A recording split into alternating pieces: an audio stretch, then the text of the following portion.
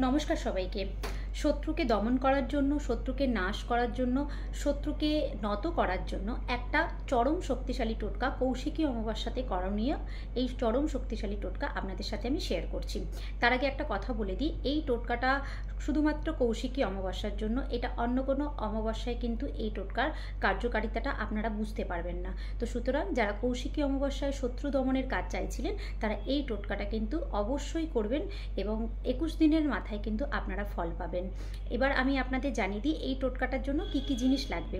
একটা মাটির ভাঁড় নেবেন, যেই ভাঁড়ে চা খাওয়া হয় সেরকম একটা ছোট্ট মাটির ভাঁড় নেবেন এবং সেই মাটির ভাঁড়টাকে খুব ভালো করে ধুয়ে নেবেন।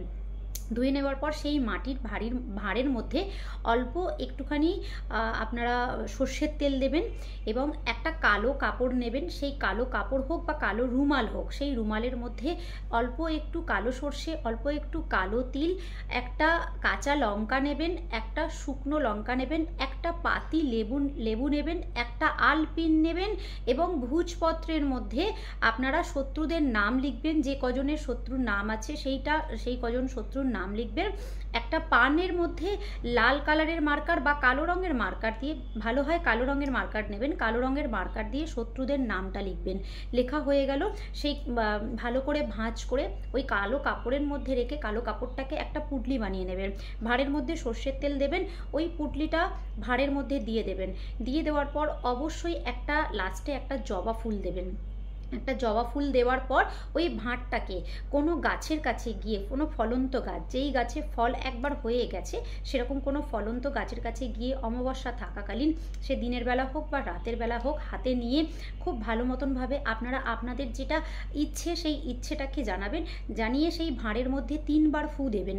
3 বার ফু দেওয়ার পর সেই ভাঁড়টাকে আপনারা নিজেদের কাছে রাখবেন এবং যখন অমাবস্যা ছাড়ার আগে সেই ভাঁড়টাকে কোনো 3 মাথার মোড়, কোনো 4 মাথার মোড়, কোনো 5 মাথার মোড়, কোনো জলাশয় মানে জলের বহমান জল বা কোনো ফলন্ত গাছের কাছে বা কোনো শ্মশানে গিয়ে সেই ভাঁড়টাকে ফেলে আসবেন।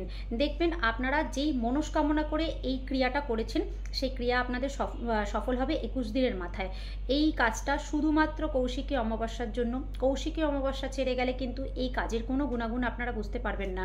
21 দিন পর আমাকে জানাবেন যারা যারা এই কাজটা করেছেন। 21 দিনের মাথায় যদি সফল হওয়ার থাকে, 21 দিনের মাথায় কিন্তু আপনারা বুঝে যাবেন এবং সফলতা পাবেন। দেখবেন আপনাদের যে শত্রু, যাদের নাম আপনারা লিখেছেন, তারা বশ হয়েছে, তারা নত হয়েছে, তারা আপনাদের সাথে যেই শত্রুতা করছে সেই শত্রুতা করা বন্ধ করেছে। তো সুতরাং আমাকে অবশ্যই জানাবেন যে এই কাজটা করে আপনারা কতটা সফল হলেন। ভালোভাবে করবেন, খুব ভালোভাবে মন দিয়ে কাজটা করবেন, দেখবেন কাজ পাবেন। আর অবশ্যই মা তারাকে স্মরণ করে কাজটা করবেন।